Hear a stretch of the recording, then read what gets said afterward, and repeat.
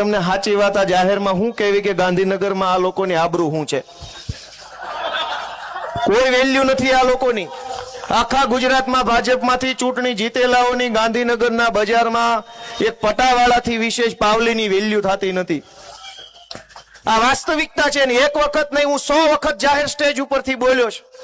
કોઈ કેબિનેટ મંત્રી એમ નથી કીધું કે હું પટાવાળો નથી। આવી જાય ગોપાલ મારિયારે ડિબેટમાં, ક્યાંથી કે મેં 10 વખત કીધું કે આ પટાવાળા છે, આની કોઈ ઓકાત નથી। એનું કોઈ ગાંધીનગરની બજારમાં 5 પૈસાનું વજન પડતું નથી। મંત્રી બંત્રી બધું બનાવ્યું છે, પણ ફોટા પડાવવાના, સ્માઇલ આપવાની, સરસ મજાના DSLR કેમેરાથી સ્માઇલિંગ ફેસ વાળા ફોટા કરીને મૂકવાના ટ્વિટર પર કે આજે જનસંપર્ક કર્યો, હું કામ કર્યું પૂછતા નહીં। દોસ્તો, કેવી સરકાર છે તમે વિચાર કરો કે મંત્રી તંત્રી ધારાસભ્યો કોઈનું સરકારમાં કશું જ ઉપજતું નથી। આ વાત 1,00,000% છે। 10 વખત બોલ્યો તો કોઈએ મારી વાતનું ખંડન નથી કર્યું। હું ખોટો હોઉં તો 10 મંત્રી મારા વિરુદ્ધ મોરચો ન કાઢે। ગોપાલ ઇટાલિયા મુર્દાબાદ કેમ ન બોલ્યા?